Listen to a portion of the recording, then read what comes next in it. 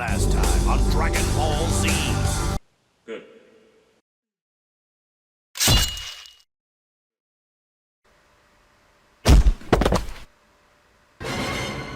And now, the conclusion. Next, my friend and I yesterday, it's 2 a.m. now. We saw Spider-Verse 2 and Guardians 3 back to back with 2 hours in between.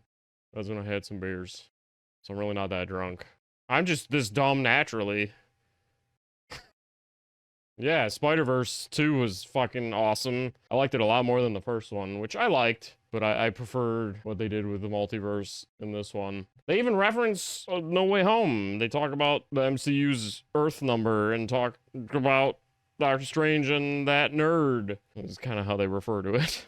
Because Spider-Man 2099 is not happy about anomalies and things going on. There's a lot of heart to this movie. It's a lot about family and Miles having a place that he establishes on his own, and he's told not to let anybody tell him he doesn't belong. And he writes his own story, and he's important and stuff. It's really cool.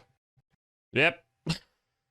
There's a lot of cool things done with all the Spider-Mans. There's so many of them that really it's just kind of very quick references. Like Spectacular Spider-Man from the show shows up at one point to try and tell Miles he has to stay and can't stop a canon event. Because, you find out there's canon events that each Spider-Man has to go through. And I'm assuming timelines in general have these, and you're not allowed to change them. Because if you do, the universe starts to, disintegrate. Because they save an Indian Spider-Man's father, Captain Man, when he was supposed to die at one point. And it causes his universe to start disintegrating. But there's a lot of blink or you miss it reference Spider-Mans. There's a Lego Spider-Man who Miguel calls the best. He says he's one of the best of them with a straight voice. It's just so charming and great. I love it. Fucking Scarlet Spider's in it, and they give him so much 90s edge to make fun of the whole Clone Saga 90s era of Spider-Man comics that got really odd.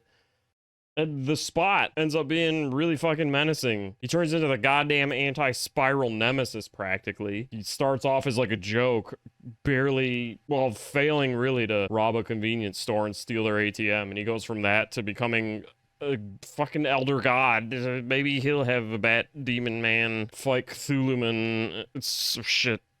Somebody go get Etrigan again. He'll just blow himself up and win the day. John Etrigan. Shut up. But yeah, there was a lot packed into that 2.5 hours that I think was just really well done. It's about a guy coming of age and establishing his place in the world. And you get this cool revelation too that he himself is an anomaly because the spider that bit him was sucked out of another world similar to his by Spot. He was doing experiments when working on the Large Hadron Collider. And one of the experiments resulted in him pulling a spider from a similar universe that had its own Miles. That Miles became the Prowler. Miles Prowler. Shut up.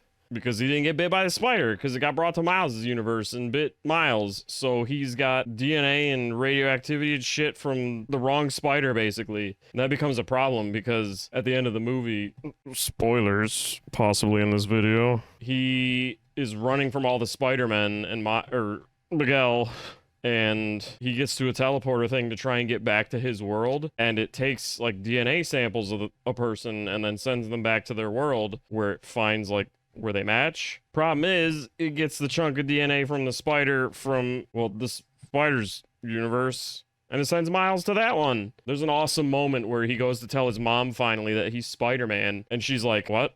Who? Is that one of your comic book characters? What are you talking about?" Because there are no Spider-Men in that universe because that radioactive spider got the suck and pulled somewhere else. So that's how you find out too. He's not in the right place. And he starts glitching because, they glitch when they're in the wrong universe. Basically, between that and the MCU, it's established it's a bad thing when people go from universe to universe and stay. I'm assuming because Doctor Strange uses magic to universe hop and stuff, he doesn't glitch. And since they're just raw dogging and getting from universe to universe without a special bracelet, they'll just start glitching out and then eventually things will destabilize and a black hole kind of eats everything.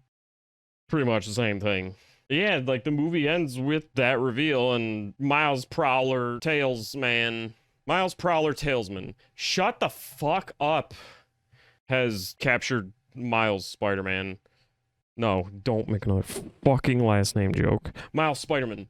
The uncle who's not Prowler, and because Miles is Prowler, have captured Spider-Man, and then Gwen and Peter, who has a baby now, and like a band of other Spider-Men, including the ones from the first movie, have kind of decided to rebel against the whole letting canon events happen and letting people die to save a universe.